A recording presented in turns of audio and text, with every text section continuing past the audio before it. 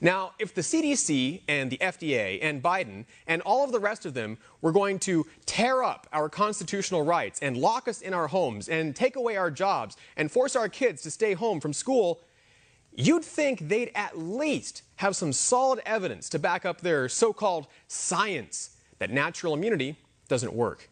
Well, they don't. In fact, natural immunity is now proving to be far more effective than the vaccine. It lasts longer, over a full year, whereas the vaccine loses effectiveness after just a few months, and then you need endless cycles of booster shots every month or two, presumably for the rest of your life. And now, not only do you have long-lasting protection with natural immunity, but you also won't infect anyone else. That's a big step up from the millions of documented cases where fully vaccinated people have passed on the infection. This idea is a bunch of malarkey.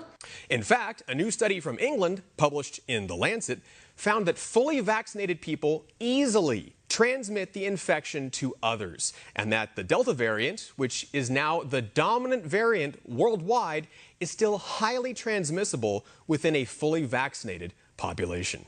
But just get vaccinated. Get vaccinated. With the naturally immune and fully vaccinated combined, we're well over 80% of the population that has some kind of protection. California alone has better than 85% of the population fully vaccinated, and we're beginning to see a surge in COVID cases again, which obviously means the vaccines don't work. But that shouldn't be a surprise because technically it's not even a vaccine. And I'm not being sarcastic here. This is the truth. The injection that they want us to line up for, that they've been calling a vaccine, isn't a vaccine at all. It's a therapeutic, and not a very good one at that. In fact, this vaccine is so ineffective, the CDC actually had to change the definition of what a vaccine is so that they could keep calling it a vaccine. I'm serious. The CDC fixed the definition back in September, hoping no one would notice. But we did. The definition of a vaccine used to read, a product that stimulates a person's immune system to produce immunity to a specific disease, protecting the person from that disease. Now, I'm not making this up, but the CDC actually removed the part that says a vaccine is supposed to protect you from a disease.